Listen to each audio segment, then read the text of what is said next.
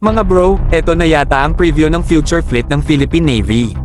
Sa isang nakakakilig na eksena, nagsama sa isang naval exercise ang Abukuma-class destroyer escort ng Japan at Pohang-class corvette ng Peru, parang sinasabi sa atin, "Oy, ito na rin ang magiging barkadahan ng Philippine Navy."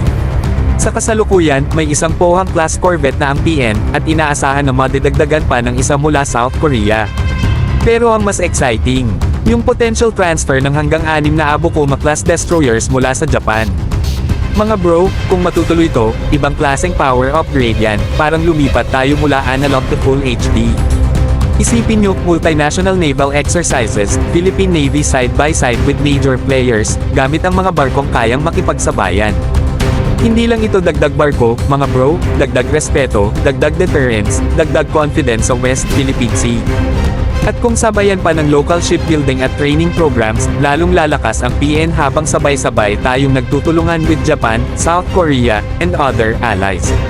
Mas malalim ang defense partnerships, mas matatag ang seguridad ng bansa. Power move yan, mga bro.